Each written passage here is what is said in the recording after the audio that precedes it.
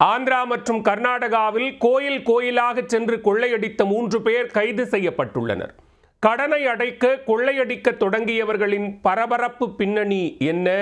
2 ஆண்டுகளாக கொள்ளையடித்து வருபவர்கள் போலீசில் சிக்கியது எப்படி?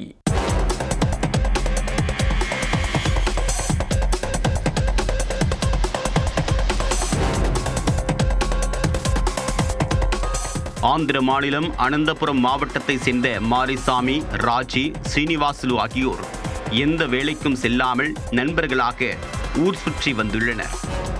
தங்களுடைய செலவுகளுக்காக நண்பர்கள், தெரிந்தவர்கள், உறவினர்கள் ஆகியோரிடம் கடன் வாங்கி செலவு செய்தனர். இதனால் கடன் அதிகமாகி திருப்பிக் கொடுக்க முடியாத நிலை ஏற்பட்டது.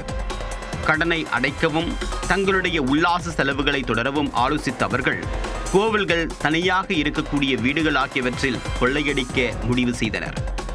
தங்கள் கொள்ளை திட்டத்தின் அடிப்படையில் கடந்த 2 ஆண்டுகளாக ஆந்திரா, கர்நாடகா ஆகிய மாநிலங்களில் கொள்ளையடித்து வந்துள்ளனர். கோவில்கள், தனியாக இருக்கக்கூடிய வீடுகள் ஆகியவற்றில் கொள்ளையடித்து கிடைத்த பணத்தில் கடனை திருப்பிச் செலுத்தியது போக மீதி பணத்தில் மது, மாது, சூது என்று ஜாலியாக செலவு செய்து வந்தனர். அவர்கள் மீது கர்நாடகா, ஆந்திரா ஆகிய மாநிலங்களில் உள்ள பல்வேறு காவல் நிலையங்களில் வழக்குகள் பதிவு செய்யப்பட்டு தீவிரமாக தேடப்பட்டு வந்தனர். இந்நிலையில் 3 பேரையும் கோவில் ஒன்றில் நடைபெற்ற கொள்ளை சம்பவம் தொடர்பாக அனந்தபுரம் மாவட்டம் கல்யாணதுர்கம் காவல் நிலைய போலீசார் கைது செய்து விசாரணை மேற்கொண்டனர்.